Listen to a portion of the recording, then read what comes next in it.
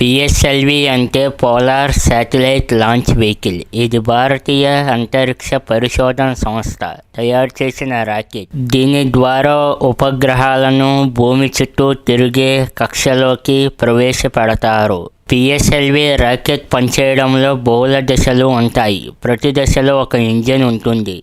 ఒక దశ ఇంధనం అయిపోయిన తర్వాత అది విడిపోయి తదుపరి దశ మొదలవుతుంది. ఇంజన్లు భారీ మొత్తంలో వాయువును వెనక్కి విడుదల చేస్తాయి. ఈ ప్రక్రియను థ్రస్ట్ అని అంటారు. దీని ద్వారా రాకెట్ పైకి వెళ్తుంది.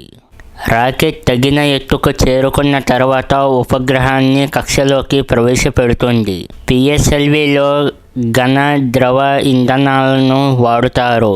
పిఎస్ఎల్వి మొదటి మరియు మూడవ దశల్లో ఘన ఇంధనాన్ని ఉపయోగిస్తారు. ఘన ఇంధనం చాలా శక్తివంతమైనది. ప్రారంభంలో రాకెట్కు అధిక థ్రస్ట్ను అందిస్తుంది. రెండవ మరియు నాలుగవ దశల్లో ద్రవ ఇంధనాన్ని ఉపయోగిస్తారు. దీనివల్ల రాకెట్ను నియంత్రించడం వీలు పడుతుంది.